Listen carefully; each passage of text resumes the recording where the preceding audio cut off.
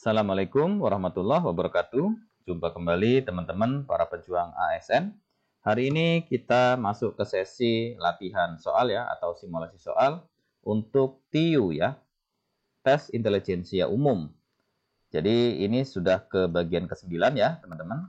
Dalam bagian 9 ini nanti akan ada sebanyak 42 soal yang akan kita simulasikan. Jadi TIU ini bisa untuk SKD CPNS atau untuk P3K. Jadi TIU atau tes intelijensia umum ya, itu adalah salah satu tes yang diujikan untuk SKD CPNS juga untuk P3K. Tes ini bertujuan untuk mengukur kemampuan peserta dalam berpikir logis, analitis, dan memecahkan masalah. Kita langsung saja ke simulasi soal yang pertama. Kita masuk ke sinonim ya, atau persamaan kata. Supervisi itu sama dengan A. Pengawasan, B. Luar biasa, C. Pegawai, D. Bos, atau E. Manajer. Yang benar adalah ya, kita lihat jawaban yang benar adalah yang A ya. Pembahasannya, supervisi itu pengawasan utama, pengontrolan tertinggi, atau penyeliaan. Jadi yang benar adalah yang A ya, yang relevan, yaitu pengawasan. Selanjutnya, ringkih itu sama dengan A. Rapuh, B. Sombong, C. Kikir, D. Daging, atau E. Rempah. Jawabannya adalah, kita lihat jawaban yang benar adalah yang A ya. Pembahasannya, ringkih itu sama dengan lemah, sama dengan rapuh, sama dengan tidak kokoh, atau sama dengan tidak kuat. Sehingganya yang relevan, yang pas adalah rapuh. Selanjutnya, niscaya itu sama dengan A. Kabur, B. Buram, C. Percaya, D. Pasti, atau E. Hasil. Jawabannya adalah, kita lihat jawaban yang benar itu yang D. Pembahasan, niscaya itu tentu, atau pasti, atau tidak boleh tidak. Sehingganya yang relevan dan pas adalah yang D. Pasti. Selanjutnya, mutakhir itu sama dengan A. Ampuh, B. Beda, C. Sama, D. Terkini, atau E. Lama. Jawabannya adalah, kita lihat jawabannya adalah yang D. Terkini. Jadi mutakhir itu sama dengan terakhir ya, atau terbaru, atau termodern, atau terkini. Jadi jawaban yang paling relevan adalah yang D. Persamaan kata mutakhir adalah terkini. Selanjutnya, mobilitas itu sama dengan apa? A. Kendaraan, B. Alat, C. Posisi, D. Perangkat, atau E. Gerak. Jawabannya adalah, kita lihat jawaban yang benar itu adalah yang E ya. Jadi mobilitas, teman-teman, itu sama aja kesiapsiagaan untuk bergerak, gerakan berpindah-pindah, dan gerak-gerakan lain ya. Sehingganya mobilitas ini, persamaan katanya yang paling relevan adalah gerak, yang E. Selanjutnya, kita masuk ke lawan kata, teman-teman, atau antonim ya. Kontra itu lawan kata dari A. Perjanjian, B. Gagal, C. Setuju, D. Debat, atau E. Adil. Jawabannya adalah, kita lihat jawaban yang benar itu yang C ya, setuju.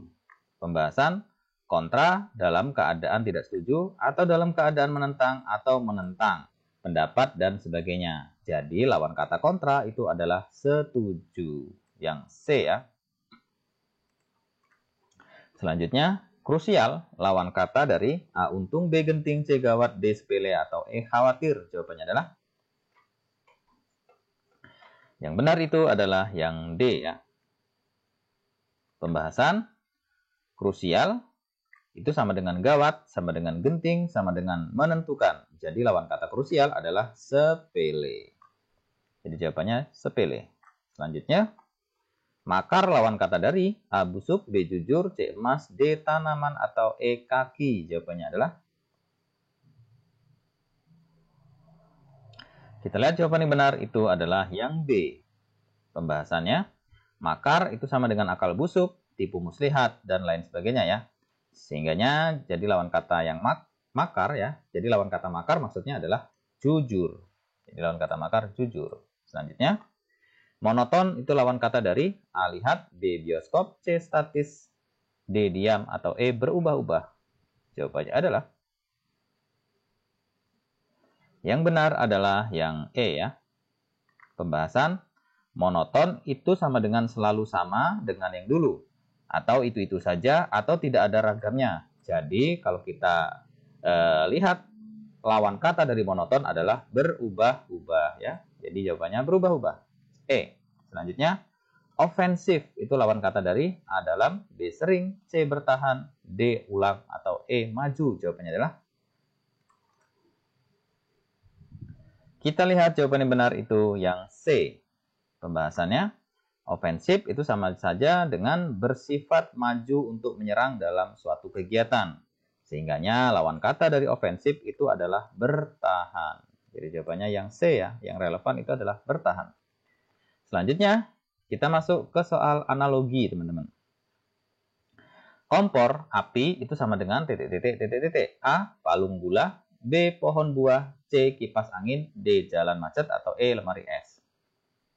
Jadi analogi ini bentuk kata atau kalimat ini itu sama dengan bentuk kata yang mana gitu ya. Atau ada hubungan seperti apa gitu dengan jawaban ABCD ini. Hubungan erat seperti apa, keterkaitannya bagaimana gitu. Sudah, kita lihat jawabannya adalah yang C ya. Kita lihat pembahasannya biar lebih paham ya. Jadi kata kompor dan api itu sama saja berarti kompor itu bisa menghasilkan api, ya kan? Nah, berarti yang sama dengan ini bentuknya adalah kipas menghasilkan angin ya, sehingga jawabannya C. Kipas menghasilkan angin. Jadi analogi kompor api itu sama halnya keterkaitannya dengan kipas menghasilkan angin. Nah, bentuknya sama. Selanjutnya, telur butir sama dengan titik-titik. A. Buku lembar. B. Air meter.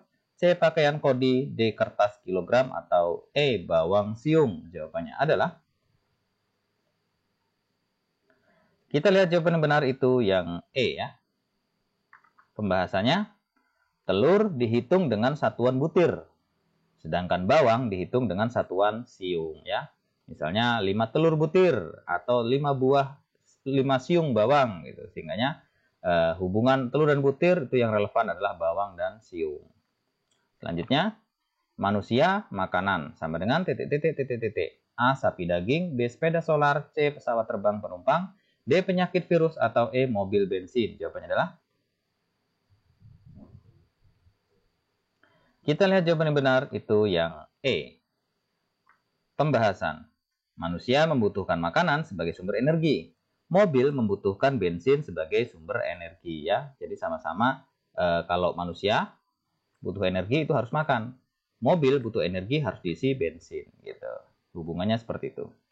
Selanjutnya, menanam menuai sama dengan titik-titik. A. Makan kenyang. B. Minum penuh. C. Mencontek menghukum. D. Menyakiti menangis. Atau E. Karya tulis jiplak. Jawabannya adalah,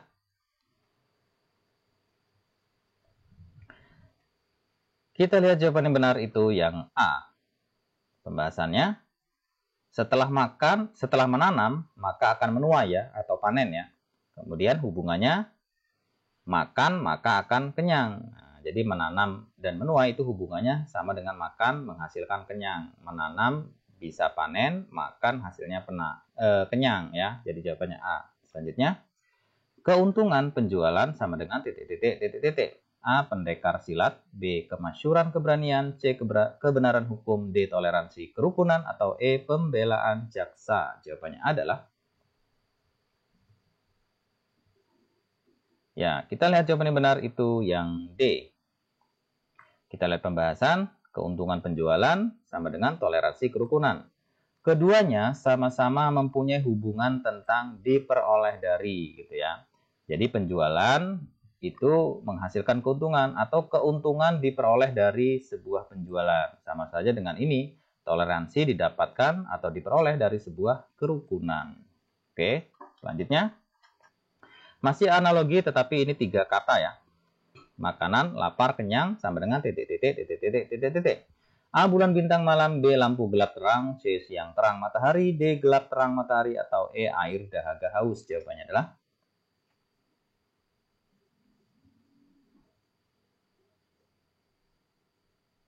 sudah, kita lihat. Jawaban yang benar itu adalah yang B ya. Kenapa yang B? Kita lihat pembahasannya. Makanan diperlukan saat lapar agar menjadi kenyang. Lampu diperlukan saat gelap agar menjadi terang. Nah, itu keterkaitannya seperti itu, teman-teman. Jadi, makanan ini ya diperlukan saat lapar agar kenyang. Sama saja, lampu itu diperlukan di saat gelap agar apa? Agar terang. Jadi jawabannya B. Selanjutnya, huruf kata cerita sama dengan titik-titik. A. Luar angkasa astronomi fosil, B. Padi karung lumbung, C. Jarang sering galaksi, D. Bintang galaksi alam semesta, E. Saya, kita, mereka. Yang benar adalah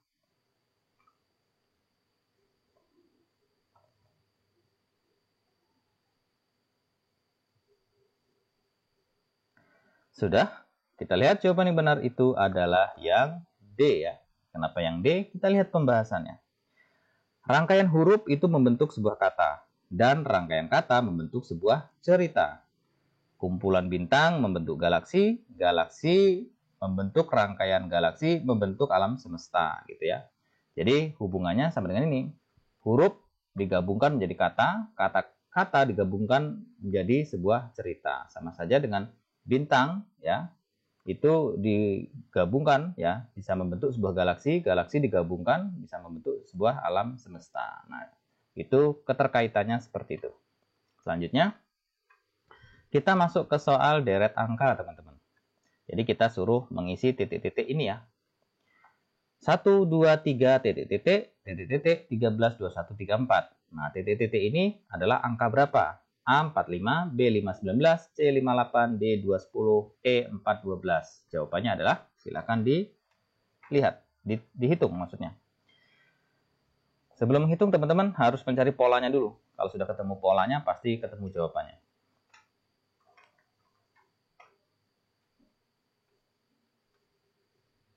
Sudah ya? Kalau sudah kita lihat polanya seperti apa. Jawabannya adalah yang C, 5 dan 8. Kita lihat. Setiap angka dijumlahkan dengan angka di depannya. Gitu. Sehingganya begini teman-teman. 1 ditambah 2 itu sama dengan 3 ya. Nah, kemudian 2 ditambah 3 berarti sama dengan 5. Nah, kan ditambahkan ya. Jadi ini 1 ini ditambahkan ya. 1 tambah 2 ini hasilnya 3. 3 ini. Kemudian 2 tambah 3 ya, ini tambah lagi, hasilnya adalah 5 ini. Nah, berarti 5 ini agar bisa mengisi yang titik-titik adalah ditambah 3. Nah, jadi 3 ini tambah 5 ya, ditambah 5. Sehingganya di sini adalah 8. Nah, kemudian 5 ditambah 8 sama dengan 13 ya. 13 ditambah 8 sama dengan 21. 21 ditambah 13 sama dengan 34 gitu. Jadi polanya itu adalah dijumlahkan angka di depannya ya. Ini 1 tambah 2, 2 tambah 3 5, 3 tambah 5 8, 5 tambah 8 13, 13 tambah 8 21, 21 tambah 13 34 gitu. Jadi dijumlahkan angka di depannya. Sehingga titik-titik itu adalah 5 dan 8. Paham ya teman-teman ya? Selanjutnya kita masih nyari pola teman-teman deret angka 2 4 6 9 11 13 titik-titik. A 98, B 22 26, C 18 22, D 14 17 atau E 16 18. Jawabannya adalah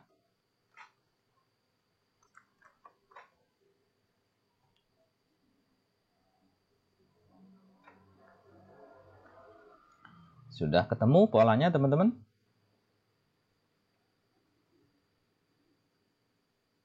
Kalau sudah ketemu, kita langsung jawab ya. Lalu kita bahas, jawabannya adalah yang E.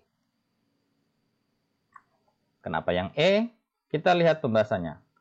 Deret numerik di atas itu memiliki pola plus 2, plus 2, dan plus 3. Jadi maksudnya begini. 2 itu bisa jadi 4, berarti dia ditambah 2. Ya, 4 ke 6 itu ditambah 2. Nah, dari sini baru 6 ke 9 ditambah 3. Jadi polanya 2, 2, 3, 2, 2, 3. 9 ke 11 dia kembali ke 2 lagi, teman-teman. Ditambah 2. Ya, 11 ke 13 itu ditambah 2 lagi. Nah, berarti yang di sini 13 ke sini itu berarti harus ditambah 3. Karena polanya adalah 2, 2, 3. Sehingganya 13 tambah 3 itu adalah 6, 16 ya. Kemudian 16 ke sini berarti ditambah 2 lagi.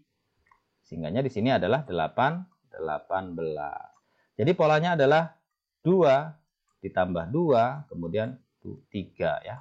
Itu polanya. Oke, kita langsung menuju ke soal selanjutnya. Masih deret angka, teman-teman. 94, 88, 82, 76, 70, 64, titik. A 5260, B 5852, C 5650, D 7068 atau E 6054. Jawaban yang benar itu adalah yang Dicari dulu polanya. Kalau sudah ketemu polanya, pasti ketemu jawabannya.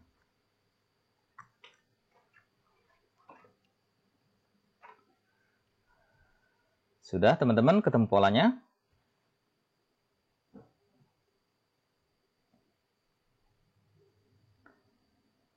Kalau sudah ketemu polanya, kita lihat jawaban yang benar itu yang B. Kenapa yang B? Kita lihat pembahasannya. Deret numerik di atas itu memiliki pola min 6. Ya, jadi semuanya itu dikurangi dengan 6 ya. Jadi ya 64 kurang 6 sama dengan 58. 58 kurang 6 sama dengan 52. Sehingga jawabannya adalah 58, 52. Kalau kita kembalikan ke sini begini teman-teman maksudnya. Jadi 94 ke 88 ini adalah dikurang 6 ya, dikurang 6. 94 kurang 6 sama dengan 88 ya. Kemudian 88 ini dikurang 6 biar dia menjadi 82. Ya kan, 82 ke 76 juga masih dikurang 6 ya. Kemudian 76 ke 70 ini juga min 6. 70 ke 64 juga masih min 6, sehingganya di sini teman-teman 64 ke sini kalau dikurang 6 itu sama dengan adalah 558 ya. Kemudian 58 dikurang 6 kembali ya. Itu sama dengan 52 ya. Ingat jawabannya adalah 58 dan 52. Oke, selanjutnya. Suatu persegi memiliki luas 400 cm persegi. Apabila panjang sisinya bertambah 25%, maka luasnya berubah menjadi A125 cm persegi, B225 cm persegi, C325 cm persegi, D625 cm persegi, atau E725 cm persegi. Jawabannya adalah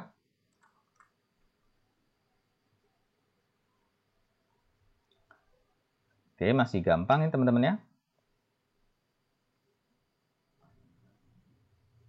Persegi ya, persegi itu bujur sangkar ya, semua sisinya sama.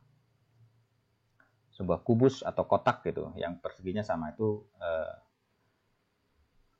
yang ditanya adalah itu ya. Jadi segi 4 tapi sisinya sama, itu persegi. Oke, sudah? Kalau sudah kita jawab, jawabannya adalah yang D. Kenapa yang D? Kita lihat pembahasannya. Luas persegi tersebut itu adalah 400 cm persegi ya, maka panjangnya 20. Nah, jadi logikanya gini teman-teman. Nah, ini ada persegi ini ya. Ada persegi. Nah, ini sisinya adalah 20. Nah, 20 cm ya.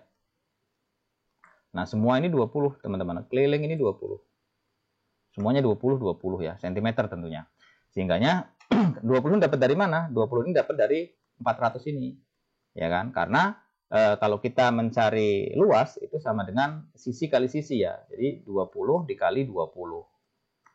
Sehingganya dapatlah di sini adalah 400. Ya, luasnya 400 cm persegi. Karena ini 20 20. Ya kan? Nah, terus yang ditanya itu adalah kalau misalnya dia sisinya ditambah 25%, maka luasnya berubah menjadi berapa? Gitu. Jadi 25% dari 20 itu berapa? Ya. Jadi 25%, teman-teman, ya, itu dari 20, berarti kan 25 per 100 dikali 20, ya. Nah, ya kan? Jadi sama dengan ini adalah 5, ya. Jadi 25% dari 20 itu berarti 25 per 100 dikali 20, hasilnya 5. Sehingganya kalau dia ini kan sisinya ditambah ya, sisinya ditambah 25%. Berarti sisinya itu ditambah 5 ini. Jadi 20, ini awalnya 20 menjadi 25 teman-teman. Karena ditambah 5%, 25% tadi ya, sehingganya ditambah 5. Nah, berarti ngitungnya tinggal 25 ini dikali 25 atau 25 kuadrat ya. 25 kali 25 itulah luas yang sekarang. Ini ya. 25 dikali 25 hasilnya adalah 625. Nah, gitu ngitungnya teman-teman. Sehingga jawabannya benar itu adalah 625. Selanjutnya, prestasi Imam lebih tinggi dari Dono dan lebih rendah dari Tika. Prestasi Caca lebih rendah dari Imam, tetapi lebih tinggi dari Dono. Prestasi Danar lebih tinggi dari Dono dan Caca. 3 orang berprestasi terbaik adalah A. Danar Imam Tika, B. Danar Dono Tika, C. Imam Tika Caca, D. Imam Danar Caca, atau E. Tika Caca Dono. Yang benar adalah 3 orang yang paling berprestasi atau nilainya paling tinggi ya. Nah, nilai paling tinggi 3 orang itu siapa saja?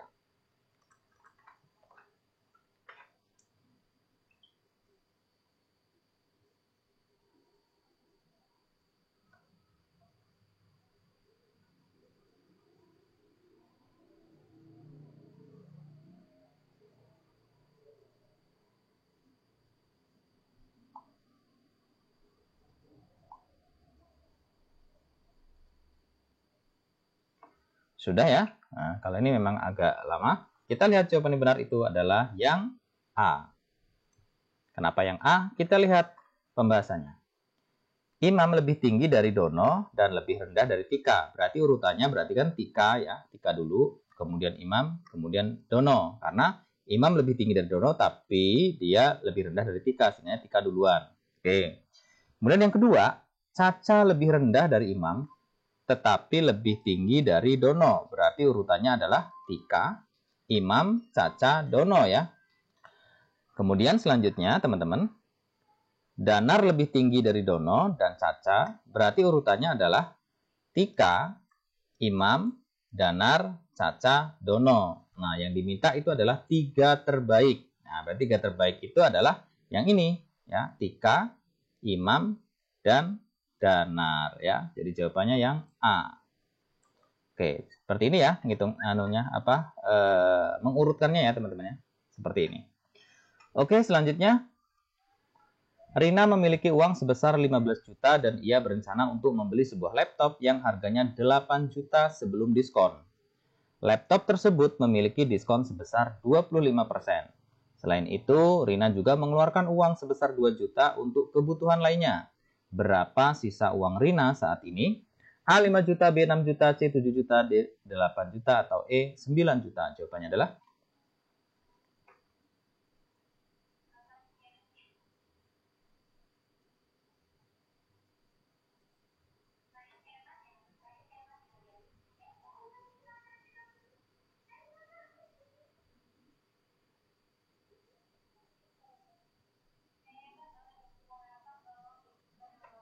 jawabannya yang benar itu adalah yang C 7 juta. Kita lihat pembahasannya. Pertama, hitung harga laptop yang dibeli Rina, ya, harga sebelum diskon, berarti kan 8 juta. Jika didiskon 25%, maka tinggal 25 per 100 dikali 8 juta. Dia ketemulah 2 juta ya.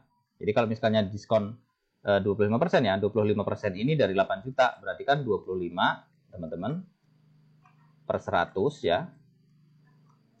Itu dikali 8 juta. Ya, dikali 8 juta. Nah, itu diskon yang didapatkan oleh si Rina ya. Ya, jadi 25% dari 8 juta itu berarti 25 per 100 kali 8 juta sehingga didapatlah dia 2 juta. Ya kan? Berarti Rina membeli laptop itu kalau sudah didiskon, kan harga 8 juta belum didiskon nih teman-teman. Nah, kalau dia didiskon sebesar 2 juta berarti kan 8 juta. 8 juta harga sebelum didiskon itu dikurangi dengan 2 juta. Jadi sama dengan adalah 6 juta. Nah, ini yang dikeluarkan Rina untuk beli laptop. Oke, dapat 6 juta ya. Kemudian yang kedua, Rina ini mengeluarkan uang juga, teman-teman. Ya, mengeluarkan uang sebesar 2 juta. 2 juta untuk kebutuhan lainnya. Sehingga 6 juta ditambah 2 juta. Ya, ditambah 2 juta. Jadi sama dengan yang dikeluarkan Rina semuanya adalah 8 juta. Ya sudah, berarti uang Rina yang awalnya 15 juta, ini ya, uangnya yang awal 15 juta dikurangi 8 juta. Nah, berarti 15 juta dikurangi 8 juta. 15 ini adalah uang awalnya, 8 juta adalah pengeluarannya. Sehingga dapatlah dia 7 juta. Nah, ini cara ngitungnya seperti ini, teman-teman. Cara mudahnya. Sehingga jawabannya adalah 7 juta. Oke. Selanjutnya, sebuah kereta api berangkat dari kota Surabaya menuju kota Bandung pukul 9 dan perjalanan ke Bandung memakan waktu 6 jam. Kereta api berhenti di Yogyakarta selama 45 menit. Pukul berapa kereta tersebut tiba di Bandung? A 15.15, B 15.30, C 15.45, D 16.00, atau E 16.30. Yang benar adalah yang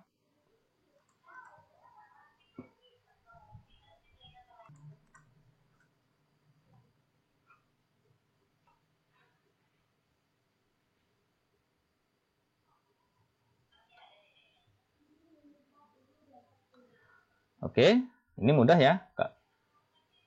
Kalau sudah ketemu jawabannya, kita lihat pembahasannya. Jawabannya adalah C, teman-teman. Ya. Kenapa C? Kita lihat. Pembahasannya waktu keberangkat kereta api ya, keberangkatan kereta api dari Surabaya itu adalah jam 9 ya. Jadi berangkatnya itu pukul 9. Kemudian durasi perjalanannya ke Surabaya itu 6 jam. Ya, durasinya 6 jam.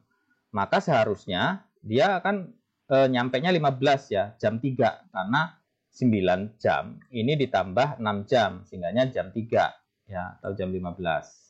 Nah, tetapi ternyata di Yogyakarta berhenti dulu 45 menit. Nah, sehingganya ditambah lagi 45 menit, ketemulah 15.45. Itu teman-teman. Jadi sederhananya gini, berangkat jam 9, teman-teman ya. Kemudian perjalanannya kan 6 jam, ya kan? Berarti 9 ditambah 6 jam. Ya. 9 ditambah 6 jam, berarti pukul 15. Nah, harusnya kalau nggak berhenti, pukul 15.00 ini udah sampai. Tetapi ternyata berhenti dulu di Jogja 45 menit. Ya sudah, tinggal ditambah aja 45 menit. Sehingganya dapatlah 15.45. Nah, ini jawabannya. 15.45.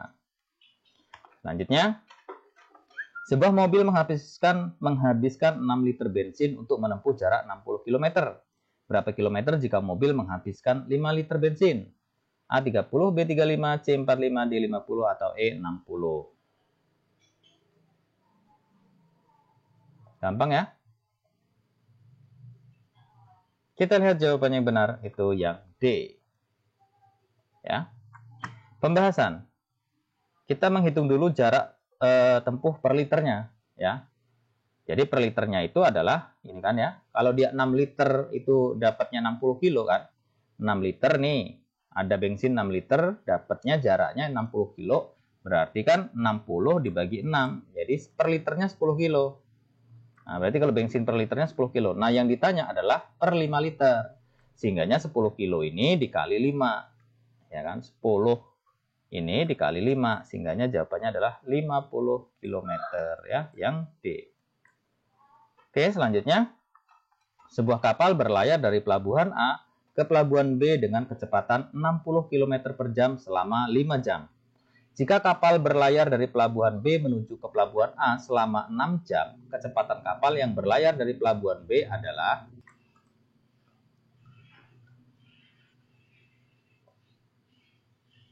Silakan dihitung teman-teman.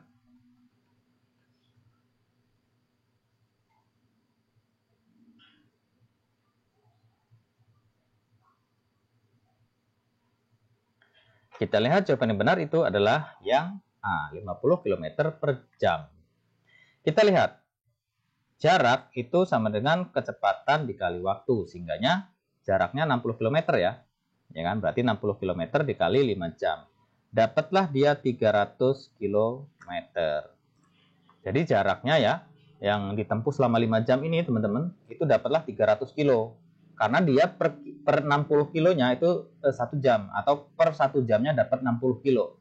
Kalau 5 jam ya berarti dia 300 kilo. Sehingganya apabila kapal lain membutuhkan 6 jam, ya, kalau yang ditanyakan 6 jam nih, selama 6 jam, kalau kapal lain membutuhkan 6 jam untuk menempuh jarak yang sama, maka perhitungan kecepatannya tinggal 300 km ini dibagi 6 jam. Dapatlah 50 km per jam. Karena kecepatan itu jarak dibagi waktu ya. Gitu. Jadi jawabannya yang A. 50 km per jam. Selanjutnya, pada saat ini harga 1 lusin kelereng dan 10 kg salak adalah sama. Jika harga 1 lusin kelereng telah naik sebesar 10% dan harga salak naik sebesar 2%, maka untuk membeli 1 lusin kelereng dan 10 kg salak diperlukan tambahan uang sebesar berapa persen? A 10%, B 12%, C 2%, D 6%, atau E 7%? Jawabannya adalah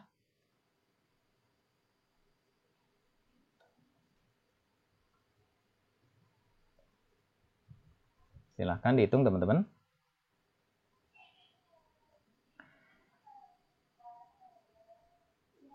Oke, sudah. Kita lihat jawaban yang benar itu adalah yang D. Kenapa yang D? Kita lihat pembahasannya. Kita misalkan harga satu lusin kelereng itu adalah 10 kg salak ya, berarti dia 100%. Ya kan? Karena satu lusin kelereng itu sama dengan harga 10 kg salak ya. Sesuai dengan ini ya, satu lusin kelereng dan 10 kg salak. Itu sama aja kita anggap dia 100% ya. Saya tulis di sinilah. Anggap aja 100%. Nah, kemudian harga campuran antara kelereng dan salak 100% tambah 100%. Ya kan? Berarti kalau harga campuran antara kelereng dan salak itu 100% dan 100% ya. 100 tambah 100 berarti sama dengan dia adalah 200% ya. Oke. Kemudian setelah dinaikkan harga campurannya menjadi 100 tambah 10 plus 100 tambah 2. Kenapa 100 tambah 10? Karena si kelereng ini ya, satu lusin kelereng itu dinaikkan sebesar 10%. Sehingganya teman-teman, berarti ini 100% ya plus 10 ya, plus 10 ya kan. Terus kemudian yang ini 10 kg salak itu kan dinaikkan 2% ya. Ini salak dinaikkan sebesar 2%, sehingganya ini ditambah ya kan 100% ya, 100% plus 2% ya. Jadi sama dengan 110 ditambah 102 itu berarti 212%. Nah, 212% teman-teman. Ya kan? 22% ini tinggal dibagi 2. Nah, dibagi 2 sehingganya dapatlah dia 6%. Gitu. Jadi jawabannya adalah 6%. Jadi tambahan uang yang harus ditambah itu uangnya ditambah 6%, baru bisa membeli satu lusin kelereng dan 10 kg salak gitu. Jadi jawabannya yang D, teman-teman. Boleh melihat seperti ini juga ya. Ini hanya untuk memperjelas ya, teman-teman. Kalau lebih jelas yang ini boleh menggunakan pembahasan yang ini ya. Gitu. Selanjutnya 28, sejenis produk dijual dengan 2 kali lipat potongan ya, diskon berturut-turut. Yang pertama dia dapat diskonnya 20%. Nah, jadi barang itu pertama dipotong 20% ya, dapat diskon 20%. Kemudian setelah itu dia didiskon lagi sebanyak 15%. Berapakah jumlah seluruh diskon? A30, B32, C34, D35 atau E31? Jawabannya adalah yang benar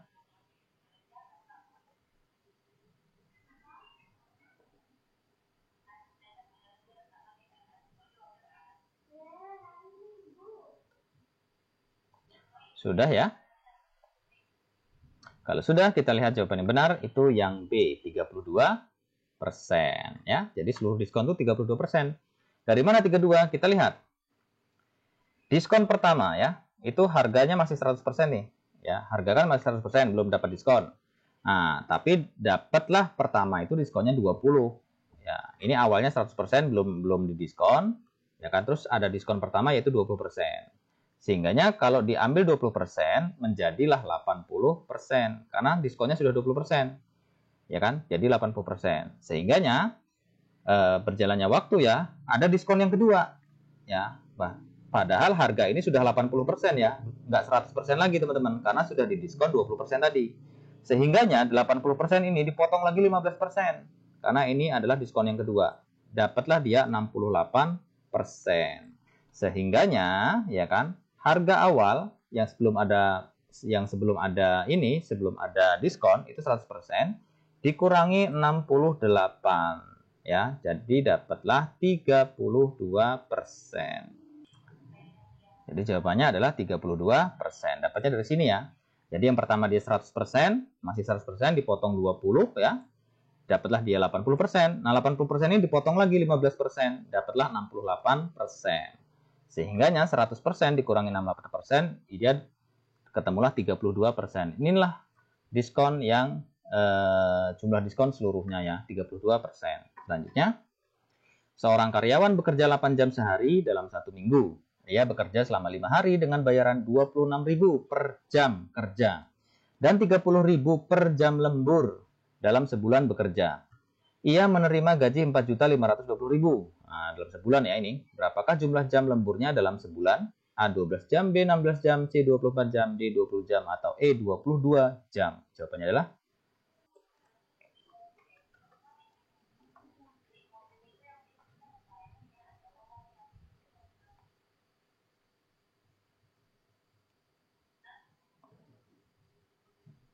Oke. Jadi dia itu sehari 8 jam kerjanya, teman-teman. Ya kan? Nah, dalam seminggu itu dia hanya 5 hari tuh. Ya kan? Nah, per jamnya dia dibayar 26.000. Jadi per minggu dia hanya 5 hari, per harinya dia 8 jam, per jamnya dibayar 26.000. Itu bayaran normal. Nah, kalau lembur per jamnya dibayar 30.000. Nah, kalau dia menerima gaji sebulan 4.520, yang ditanya itu jam lemburnya dalam sebulan itu berapa? Berarti yang ditanyakan 30 hari itu ya. Karena sudah per bulan nih perbandingannya. Oke, sudah.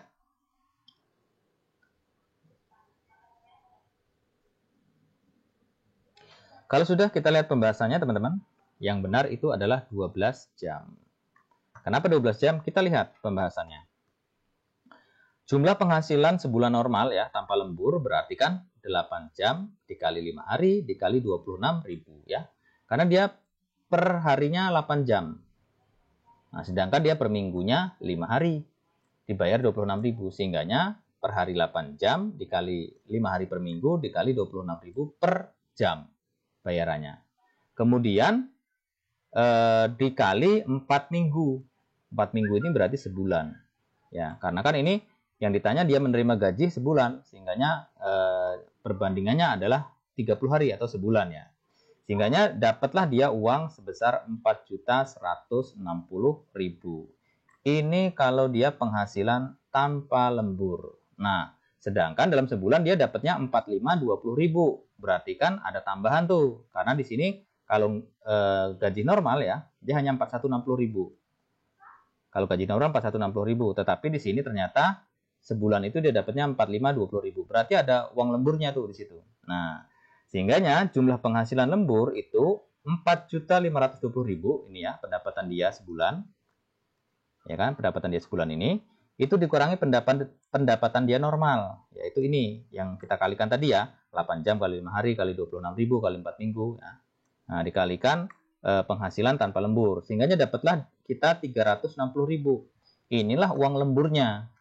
Nah, uang lembur ini kita konversikan per jam, ya kan? Dengan dasar apa? Dengan dasarnya per jamnya 30.000. Ya, dengan dasarnya per jamnya adalah 30.000 ya. Ini kesoret. Per jamnya dia 30.000 nih.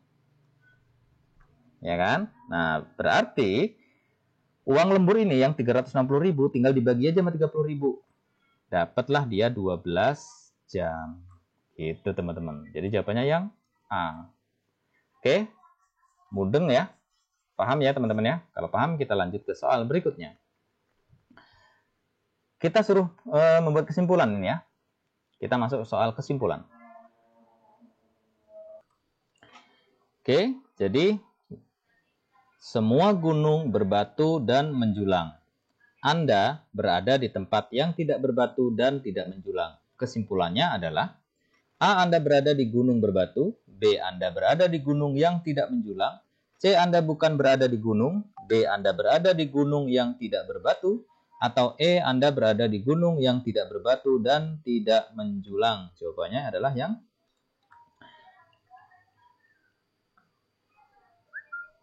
Oke, kita diminta menyimpulkan ya teman-teman dari dua kalimat di atas.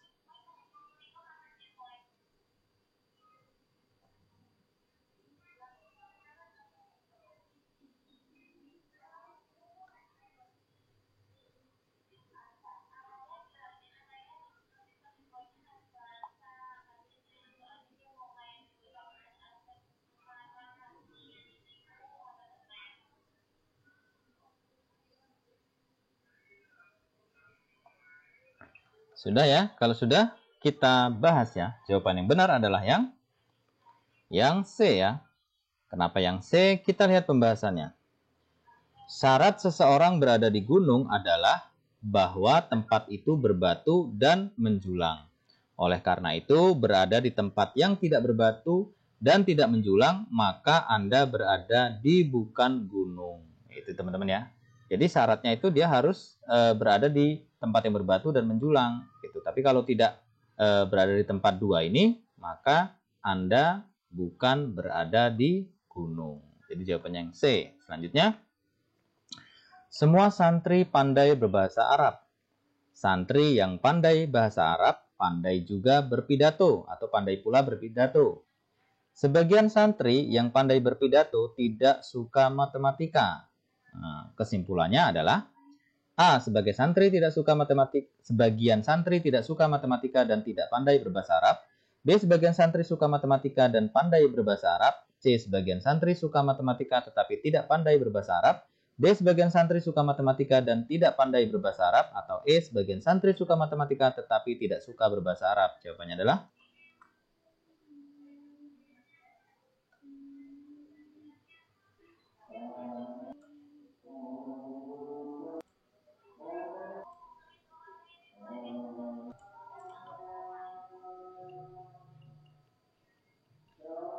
Oke, sudah ya. Kalau sudah, kita lihat yang benar itu adalah yang B ya, teman-teman. Kenapa yang B? Kita lihat pembahasan. Sebagian santri yang pandai berpidato tidak suka matematika. Artinya, sebagian santri yang lain itu suka matematika, karena hanya sebagian yang tidak suka matematika. Jadi, sebagian santri suka matematika dan pandai berbahasa Arab. Kalau pandai berbahasa Arab itu wajib ya, karena di sini semua ya, semua santri itu pandai bahasa Arab. Gitu. Oke, selanjutnya kita masuk ke deret huruf kalau ini ya, bukan deret angka. Tadi deret angka ini deret huruf, tetapi sama, kita harus mencari pola, teman-teman. Di sini A, C, C, E, titik, titik, titik, titik, G, I, I, K. Jadi jawaban yang benar adalah yang A, E, G, B, G, H, C, H, I, D, G, J, atau E, E, J. Yang benar adalah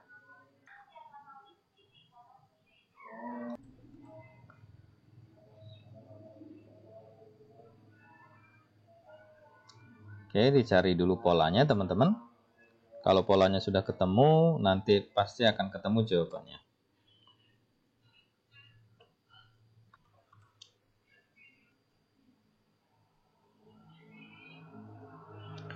Sudah? Kalau sudah, kita lihat jawaban yang benar itu adalah yang A, E, dan G. Kenapa E dan G? Kita lihat ya pembahasannya. Polanya itu adalah huruf kedua dihilangkan, teman-teman.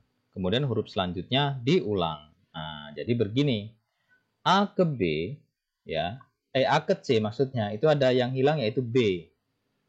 Nah, A ke C ini ada yang hilang yaitu B. Kemudian yang C ini diulang lagi. Nah, berarti ini C lagi ya. Kemudian C ke E, itu ada yang hilang lagi yaitu D. Habis C kan D ya. Habis C D. Nah, kemudian berarti E ini diulang lagi, teman-teman. Nah, diulang lagi berarti. Berarti ini E. Nah, dari E itu adalah dihilangkan lagi di sini. Nah, yaitu F. Ya kan? Berarti setelah F di sini adalah G. Ya kan? Nah, dari G diulang lagi di sini G. Ya kan? Kemudian dari G ke I ada yang hilang lagi yaitu H. Nah, I-nya diulang lagi ya. Jadi I. I ke K ada yang dihilangkan yaitu J. Ya. Nah, dihilangkan yaitu ini J maksudnya. Nah, gitu. Sehingganya polanya adalah, teman-teman, jadi huruf kedua itu dihilangkan. Ya.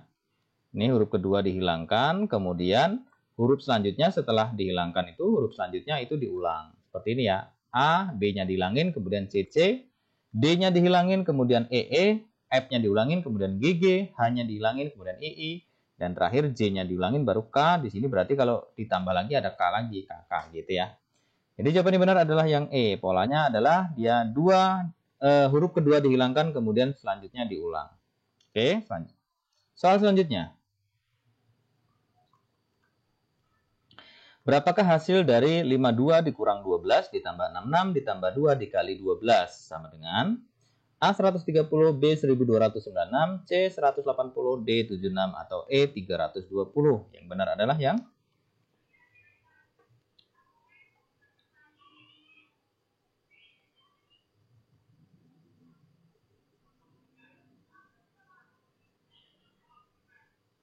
Oke, teman-teman diingat-ingat ya. Kalau misalnya ini bercampur ya antara penjumlahan, pengurangan, pembagian, perkalian, ya, yang dicampur itu yang mana dulu yang harus dieksekusi gitu ya. Nah, jangan sampai salah eksekusi. Kalau salah eksekusi hasilnya juga salah. Sudah ya? Kalau sudah, kita lihat jawaban yang benar itu adalah yang A, 130. Kenapa yang A? Kita lihat teman-teman. 52 dikurang 12 ditambah 66 tambah 2 dikali 12 itu 130. Prosesnya adalah yang diproses ini dulu, perkalian dulu, yaitu 2 dikali 12. Ini ya, 2 kali 12.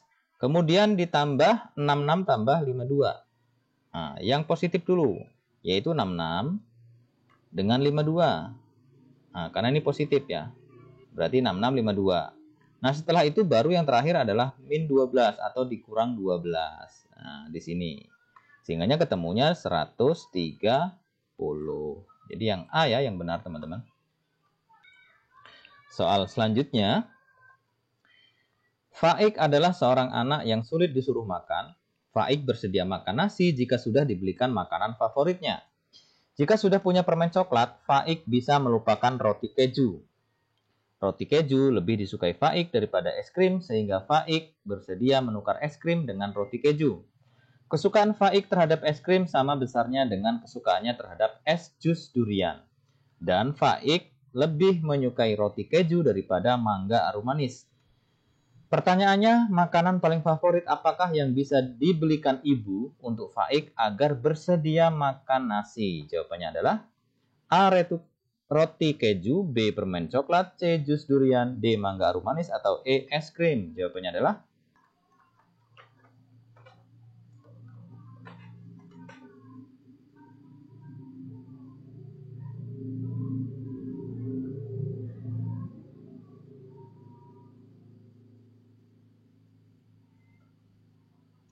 Oke, sudah ketemu ya makanan paling favorit yang bisa dibelikan ibu untuk Faik agar dia bersedia memakan nasi. Sudah? Kalau sudah, kita lihat jawabannya adalah yang B, yaitu permen coklat ya. Kenapa bisa permen coklat yang paling difavoritkan bagi Faik? Nah, di sini teman-teman. Kuncinya yang pertama, Faik ini dia bersedia makan nasi kalau dia sudah dibelikan makanan favoritnya. Nah, yang ditanyakan makanan favoritnya itu apa? Nah, kita lihat coba rangkaian kata-katanya dari awal. Jika sudah punya permen coklat, Faik bisa melupakan roti keju. Artinya roti keju ini sudah dilupakan sama dia. Nggak peduli ya, karena dia sudah megang permen coklat. Jadi, apapun yang dilakukan roti keju ini tidak berpengaruh. Karena begitu dia sudah megang permen, ya, megang permen coklat, roti keju ini dilupakan teman-teman. Jadi, kalau roti keju ini statusnya seperti apa, nggak berpengaruh. Misal contoh begini. Roti keju lebih disukai Faik daripada es krim. Nggak ngaruh. Kenapa? Karena dia sudah pegang permen coklat. Karena dia bisa melupakan roti keju. Ya kan? Sehingga Faik bersedia menukar es krim dengan roti keju. Nggak berpengaruh. Ya. Kemudian kesukaan Faik terhadap es krim sama besarnya dengan kesukaannya terhadap es buah. Tidak berpengaruh juga. Ya kan? Kenapa? Karena roti keju dan es krim dia lebih suka roti keju. Sedangkan roti keju sudah diabaikan dari awal karena sudah megang dia permen coklat gitu kan. Jadi nggak berpengaruh dengan es krim sama besarnya dengan kesukaannya terhadap es durian. Jadi kesukaan es krim sama besarnya dengan kesukaan dengan es durian. Itu tidak berpengaruh karena sudah dilupakan di awal. Kemudian dan Faik itu lebih menyukai roti keju. Dia lebih suka roti keju daripada mangga arum manis. Ini juga tidak berpengaruh karena roti keju ini dari awal sudah dilupakan sama Faik. Karena dia sudah megang permen coklat. Sehingganya yang paling disukai adalah jelas permen coklat. Nah, gitu teman-teman ya. Selanjutnya, 5 orang siswa bernama P, Q, R, S, dan T. Catatan peminjaman buku di perpustakaan menunjukkan bahwa jumlah yang dipinjam S tidak lebih banyak dibandingkan dengan R dan P. Nah, berarti S ini sedikit ya.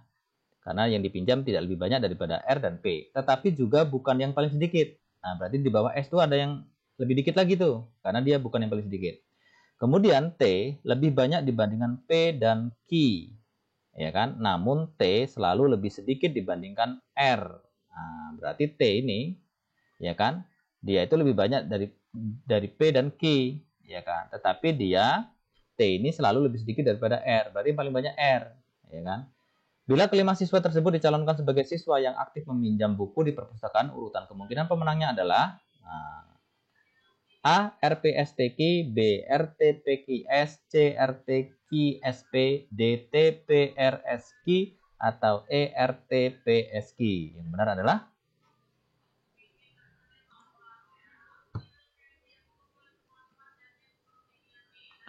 yang jelas tadi saya sudah kasih bocoran ya. Yang paling tinggi pertama itu pasti R. Ya, tadi sudah saya singgung tadi ya. Nah, ketinggi kedua itu apa? Silahkan.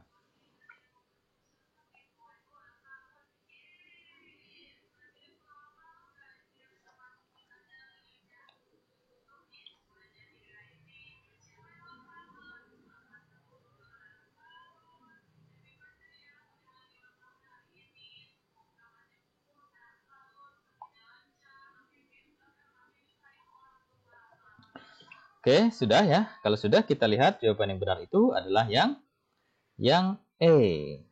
Nah, kenapa yang E? Kita lihat. Urutan siswa yang paling sering ke perpustakaan sekaligus urutan kemungkinan pemenang siswa aktif adalah RTPSQ gitu ya. Jadi jelas ya, tadi sudah saya jelaskan. Jadi di sini kita pertama dari S ya. Yang minjam S tidak lebih banyak dibandingkan R dan P. Berarti S ini di sini, ya kan? Nah, tapi tidak lebih banyak daripada dia R dan P. Berarti R di sini, ya. P bisa di sini. Nah, kita belum tahu posisinya R dulu atau P dulu, gitu ya. Tapi yang jelas R dan P itu lebih banyak daripada S. Jadi seperti ini. Kemudian selanjutnya, tetapi juga bukan yang paling sedikit. Ya kan, berarti S di sini ada yang lebih kecil berarti. Berarti di sini kita kasih tanda ya. Di sini ada yang lebih kecil. Yang lebih kecil apa kita belum tahu. Kemudian T lebih banyak dibandingkan P.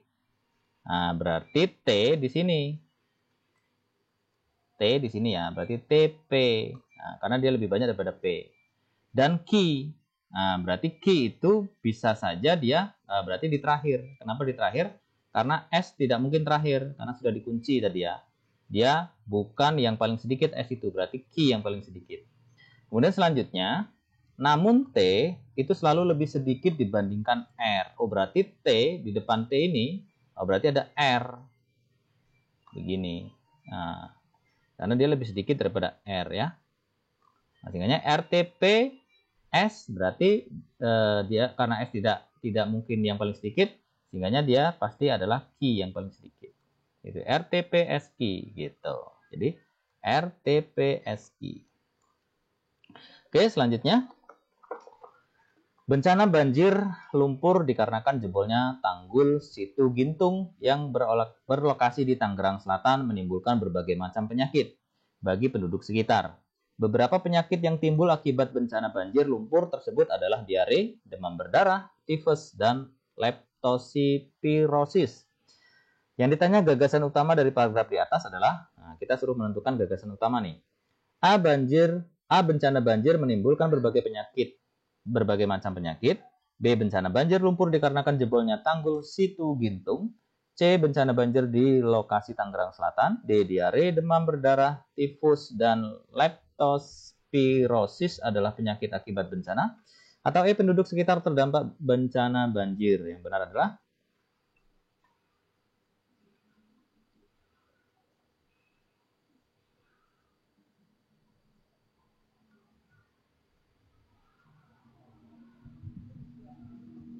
Oke, kita diminta untuk menentukan gagasan utama dari sebuah paragraf ya teman-teman.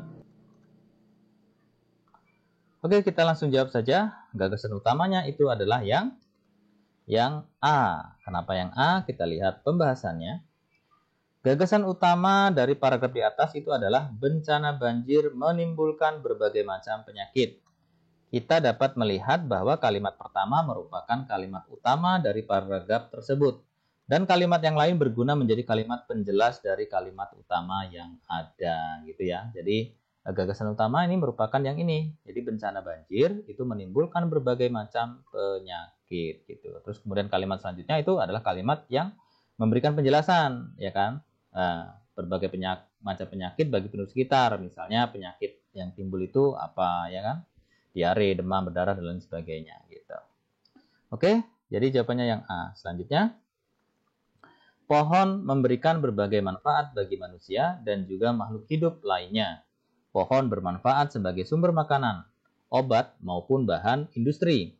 Satu di antara peranan pohon yang paling penting bagi manusia dan segala makhluk hidup adalah pohon merupakan penghasil udara segar yang ada di dunia. Nah, ini juga suruh menentukan gagasan utama dari paragraf di atas itu adalah yang apa? Berarti ini gagasan utama. Nah, itu apa?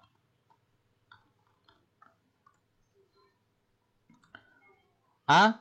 Manfaat pohon bagi kesehatan makhluk hidup. B. Pohon sebagai sumber makanan. C. Pohon paling penting bagi manusia. D. Pohon menghasilkan udara yang segar. Atau E. Pohon menjadi sumber obat. Jawabannya adalah yang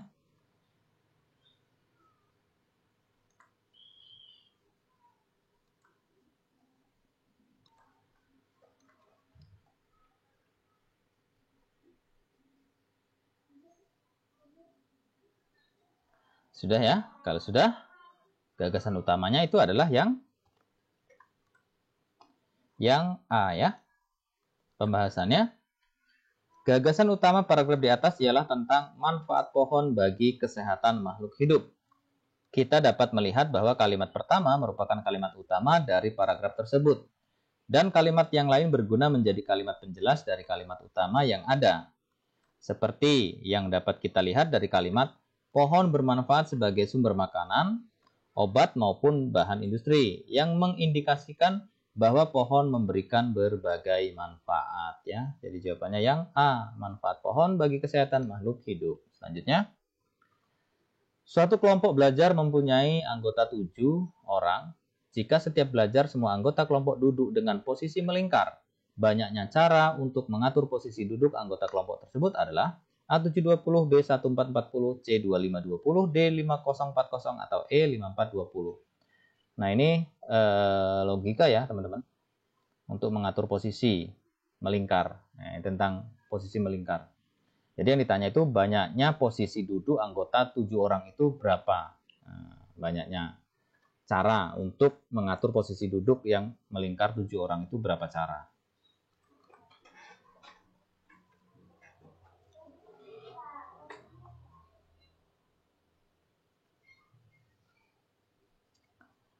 Sudah ya? Kalau sudah kita jawab, yang benar itu adalah yang A, 720. Kenapa begitu? Kalau teman-teman menemukan soal yang tentang duduk posisi melingkar ya, entah di meja bundar atau posisi melingkar gitu ya. Intinya dia melingkar duduknya, maka kita menggunakan permutasi siklis ya, teman-teman. Kalau misalnya seperti ini kan hanya anggota 7 orang yang dia tuh duduk melingkar tanpa ada ketentuan lain. Nah, sehingga ini mudah untuk dicari. Nah, caranya banyak cara untuk mengatur posisi duduk melingkar itu berapa? Tinggal 7 ini dikurang 1, teman-teman. Ya. Ada 7 orang dikurang 1, hasilnya adalah 6. Ya, permutasi 6 siklis ini. Sehingga menghitungnya tinggal 6 ini dikalikan dengan angka di belakangnya. Ya. Berarti 6 dikali 5, dikali 4, kali 3, kali 2, kali 1. Sehingga dapatlah 30 kali 24, yaitu 720. Kalau misalnya anggotanya ada 9, nah berarti tinggal 9 dikurang 1, teman-teman. Berarti kan dia 8 ya. Siklis ya, permutasi. Sehingga 8 di sini dia langsung aja, berarti 8 dikali 7 ya, kemudian dikali 6, dan seterusnya. Nah, dan seterusnya sampai dikali 1. Gitu. Karena ini tidak ada ketentuan lain ya, hanya anggota 7 orang, dia duduk melingkar. Nah, kemudian ditanya banyaknya cara untuk mengatur posisi duduk melingkar tersebut itu berapa cara gitu. Nah, ini cara ngitungnya seperti ini. 720. Nah, paham ya teman-teman? Kalau paham, kita lanjut ke soal berikutnya. Suatu rapat dihadiri 5 orang peserta yang terdiri dari ketua, wakil sekretaris, anggota 1 dan anggota 2. Susunan posisi duduk pada saat rapat adalah mengelilingi meja bundar. Nah, ini sama seperti tadi ya, masih melingkar. Jika ketua dan wakil harus saling berdekatan, banyaknya susunan yang mungkin pada rapat tersebut adalah, nah ini bedanya teman-teman, ada ketentuan lain, yaitu ketua dan wakil ketua itu nggak boleh berjauhan atau dia harus saling berdekatan gitu ya. Jadi yang ditanya banyaknya susunan cara ya, susunan cara untuk posisi duduk itu berapa gitu. Seperti tadi sama. Cuman ini bedanya ada ketentuan lain. A 8 cara, B 12 cara, C 24 cara, D 48 cara, atau E 120 cara. Jawabannya adalah yang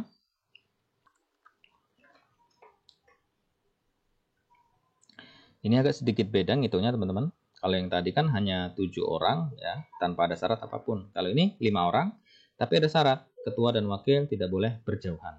Nah, itu ngitungnya gimana?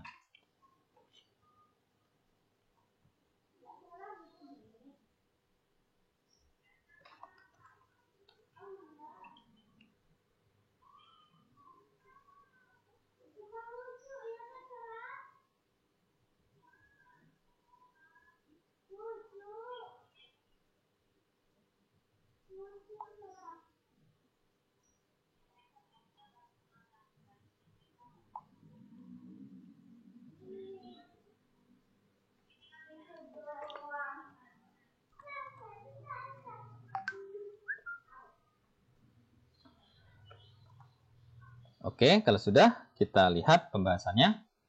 Jawaban yang benar itu adalah yang B, yaitu 12 cara. Nah, kita lihat pembahasannya teman-teman. Posisi ketua dan wakil selalu berdekatan. Nah, ini ketentuan yang lain ya. Jadi ketua dan wakil tidak boleh berjauhan. Sehingga dianggap menjadi satu posisi. Nah, berarti ketua dan wakil itu satu posisi teman-teman. Ya kan? Jadi total posisi yang dari 5 orang, ya awalnya kan 5 tuh. Begitu ada ketentuan ketua dan wakil tidak boleh berjauhan, maka 5 ini dikurangi oleh satu posisi tadi, yaitu 2 orang yang selalu berdekatan. Sehingganya posisinya menjadi 4. Ya, harusnya 5 posisi, karena posisi 1 itu diambil oleh wakil dan ketua tidak boleh berjauhan, yang dia menjadikan satu posisi, ya kan? Sehingganya 5 dikurang satu posisi tinggal 4 posisi. Kemudian perlu diperhatikan bahwa ketua dan wakil bisa dengan 2 urutan. Nah, artinya ketua dan wakil itu tidak kaku, harus 1 dan 2 urutannya. Bisa aja ketua di 1, wakilnya di 2, atau sebaliknya ketua di 2, wakilnya di 1. Mereka bisa dengan 2 urutan. Sehingga posisi yang mungkin untuk ketua dan wakil itu menjadi 2. Ya. Nah, menjadi 2 ya. Jadi penyelesaiannya teman-teman kita sudah ketemu ya. Ketemu yaitu 4 posisi dan 2 posisi ya. Yaitu 4 posisi adalah hasil dari ini, hasil dari 5 orang atau 5 posisi dikurangi 1 posisi yang diambil ketua dan wakil, yaitu menjadi 4 permutasi ya, atau 4 siklis ini. Sehingga 4 dikurang 1. Nah, kalau 2 ini adalah posisi wakil dan ketua ya. Sehingganya tinggal 4 kurang 1 adalah 3. 3 ini tinggal dikalikan angka di belakangnya ya. 3 kali 2 kali 1 hasilnya 6. Nah, yang 2 ini tinggal dikalikan angka di belakangnya, yaitu 2 kali 1 sama dengan 2. Sehingganya 6 kali 2 itu adalah 12 cara ya. Jadi ada 12 cara. Selanjutnya, ini hitungan sederhana matematika ya teman-teman. Aritmatika. 4/5 ditambah 3/5 ditambah 3/8 ditambah 6/8 ditambah 1/2 atau 1/2 itu sama dengan A 4,2, B 14,8, C 22, D 16,2 atau E 4025. Yang benar itu adalah yang, ingat teman-teman, kalau ketemu penjumlahan yang seperti ini, itu pembaginya ya, itu pembaginya harus dikumpulkan yang sama-sama. Gitu. Nah, pembagi itu pembilang ya. Kalau atas itu penyebut, aku juga sudah agak lupa nih. Nah, jadi pembilangnya atau pembaginya lah paling gampang ya. Itu dikumpulkan yang sama-sama, proses. Itu caranya. Sudah ya, langsung kita bahas saja. Jawaban yang benar itu adalah yang E ya. 4025. 4025. 4,025 maksudnya ya. Jadi caranya teman-teman, yang bilangannya sama, pembagian sama, itu dikumpulkan dulu. Misalnya nih, 4 bagi 5, 3 bagi 5. Nah, ini dulu yang diproses. Ya kan? Nah, yang 3 bagi 8 sama 6 bagi 8 ini juga dikumpulkan, ini diproses seperti ini. Seperti ini ya. Nah, ya kan? Jadi 4/5 ditambah 3/5 itu berapa? 4/5 ditambah 3/5 itu 7/5. 7/5 itu 1,4. Ya. Kemudian 3/8 ditambah 6/8. Ini ya, 3/8 ditambah 6/8 itu 9/8. 9/8 itu sama dengan 1,125. Nah, selanjutnya tinggal ditambahkan 1/2. 1/2 ini sama dengan 1,5. Ya sudah. Berarti 1,4 ya. 1,4 tambah 1,125 ditambah 1,5 atau 1/2 ini. Jadi jawabannya adalah 4025 gitu. Jadi proses ini yang pertama ini hasilnya adalah 1,4 nih. 4/5 ditambah 3/5 ini 1,4. Nah, ditambah yang 3/8 tambah 6/8 itu 1,1225 ya. Nah, ini tinggal 1,5. Jadi jawabannya ya itu 4025. Yang E. Selanjutnya ada 5 mahasiswa A, B, C, D, dan E yang mengikuti sebuah seminar. A dan D berasal dari fakultas yang sama. Ini berasal ya. Nah, A dan D itu berasal dari fakultas yang sama. D dan E juga berasal dari fakultas yang sama. Bila mahasiswa yang berasal dari fakultas yang sama tidak boleh duduk berdekatan, kemungkinan posisi tempat duduk mereka dalam satu deretan adalah A, A, D, E, B, C, B, A, B, C, D, E, C, E, C, D, A, B, D, D, C, A, E, B, atau E, D, C, A, B, E. Jawabannya adalah yang ada 5 mahasiswa, ya. Kemudian ada siswa yang fakultas yang sama. Dan ketentuannya dari fakultas yang sama tidak boleh duduk berdekatan. Nah, jadi posisinya kalau mereka duduknya berderet itu yang mana?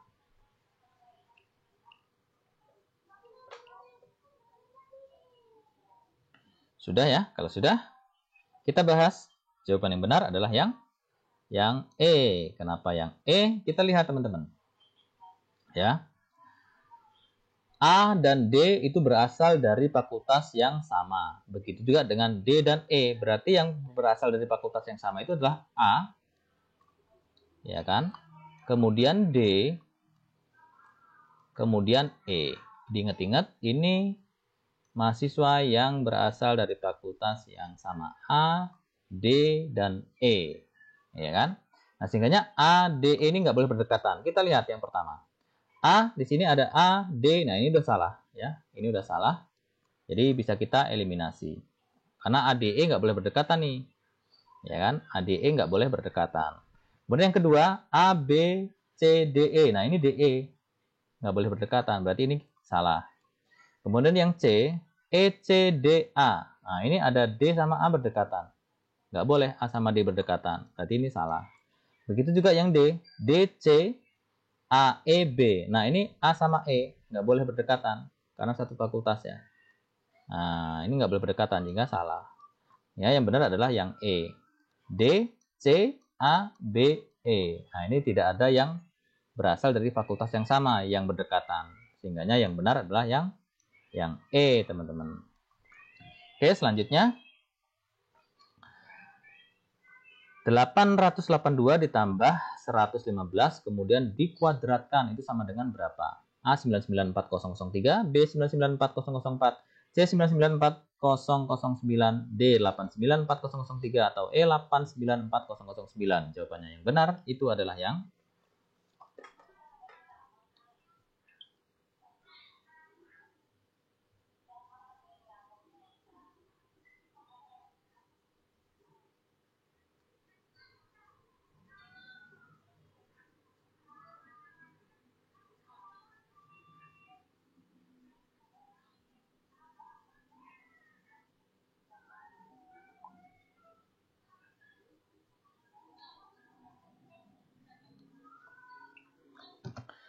Oke, sudah ketemu? Kalau sudah ketemu, kita lihat jawaban yang benar itu adalah yang C, 99409. Kenapa bisa begitu? Kita lihat pembahasan. Cara sederhananya, 882 ditambah 115 itu sama dengan 997. Ya kan? 997. Nah, bilangan tersebut dekat dengan 1000 ya. 997 itu dia dibulatkan ya, atau dekat dengan angka bulat 1000 ya. Sehingganya kalau dikuadratkan, ini kan dia harus dikuadratkan nih teman-teman ya. Nah, sehingganya 1000 ini kalau dikuadratkan dia menjadi 1 juta. Ya kan? Oke, kita simpan dulu yang 1 juta. Ini kita simpan dulu 1 juta ya. Selanjutnya, kita lihat lagi angka 997 ini. Kita lihat lagi. Angka terakhirnya adalah 7 ya. Nah, ini. 997 ini angka terakhirnya adalah 7. Nah, 7 ini tinggal dikuadratkan, teman-teman. Jadi 7 kali 7 ya. Nah, 7 ini, teman-teman, ini tinggal dikuadratkan, yaitu 7 dikali 7. Sehingganya ketemulah 49. Dari jawaban yang tersedia, cari yang mempunyai ujungnya 9, teman-teman.